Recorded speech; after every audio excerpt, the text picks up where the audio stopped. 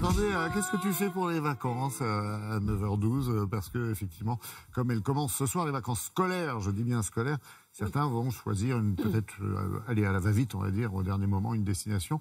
Vous nous proposez New York, parce que c'est très accessible d'une part, et parce qu'il y a de l'insolite quand même à New York. Voilà, exactement. On n'est pas obligé d'aller toujours au même endroit. On peut changer un peu, on peut sortir de Manhattan, quoi. Voilà. Ben, c'est ce qu'on va faire.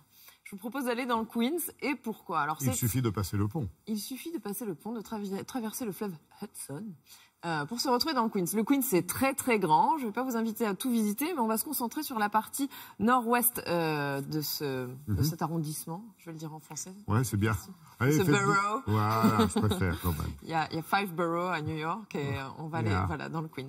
Donc dans la partie nord-ouest. Pourquoi? Parce que cette partie est traversée par la ligne 7 du métro et cette ligne 7 a cette spécificité de traverser l'endroit le plus international au monde. On dit que c'est l'endroit le plus international parce qu'on compte plus de 100, à peu près 130 nationalités dans cette seule et même par zone. Marseille, 149.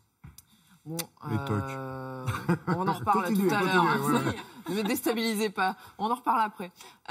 Donc voilà, donc on suit cette ligne 7 et à chaque arrêt, on descend et on a l'impression d'être dans un pays différent, dans une région différente. On s'en rend compte en se promenant, on s'en rend compte en entrant dans les boutiques et on s'en rend compte en mangeant. Ah oui, c'est Tania. En mangeant. On passe à table. On passe à table, on traverse le fleuve Hudson, on passe à table. C'est une gourmande.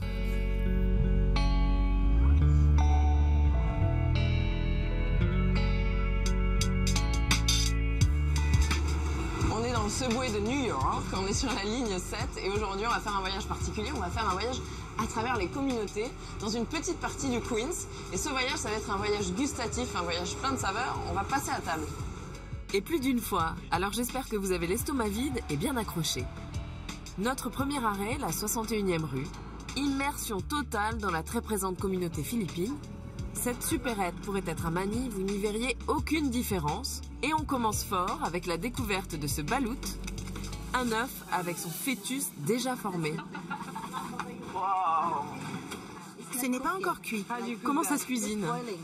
Il faut le faire bouillir environ 45 minutes. C'est une expérience.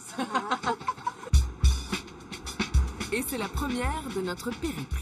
Car notre aventure internationale se poursuit sur cette incomparable ligne 7, affublée d'un surnom qui parle de lui-même.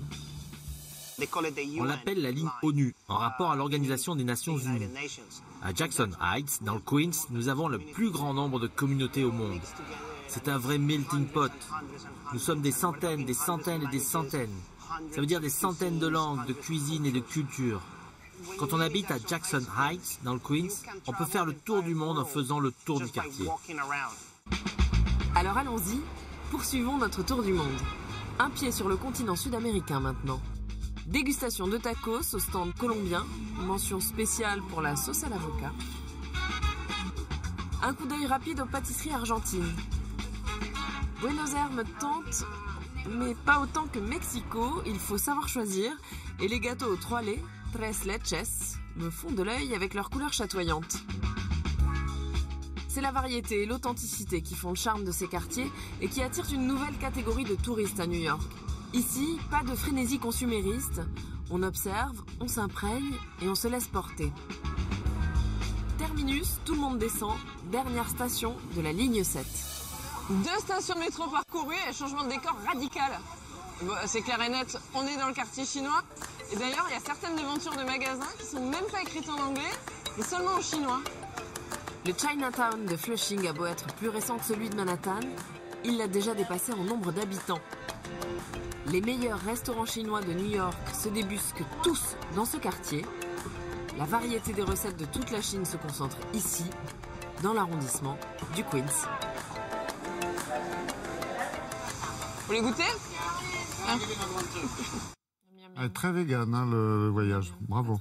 C'est pas un quartier quand même qui risque de perdre cette espèce d'authenticité, multi-authenticité? On dit que non.